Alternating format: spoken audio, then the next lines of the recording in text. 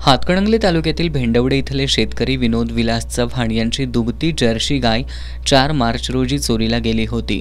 याबाबतची तक्रार त्यांनी पेठवडगाव पोलीस ठाण्यात दाखल केली होती।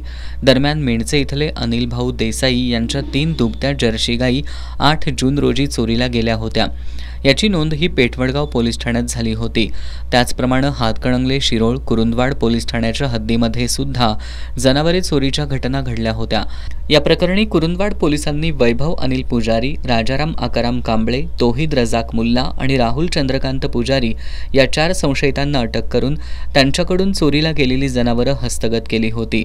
त्यावेळी त्यांनी पेठवडगाव पोलीस ठाण्याच्या हद्दीतील जनावरे चोरल्याची कबुली दिली होती। त्यानंतर पेठवडगाव पोलिसांनी या 4 चोरट्यांना कुरुंदवाड पोलिसांच्याकडून ताब्यात घेतलं। त्यांच्याकडे अधिक चौकशी केली असता त्यांनी पेठवडगाव पोलीस ठाण्याच्या हद्दीत 8 जर्सी गायी आणि 1 म्हैस चोरल्याची कबुली दिली। पोलिसांनी सर्व जनावरे हस्तगत केली आहेत। ही कारवाई पोलीस उपनिरीक्षक गिरीश शिंदे, संदीप घाटगे, अनिल अष्टेकर, महेश माने यांनी केली आहे।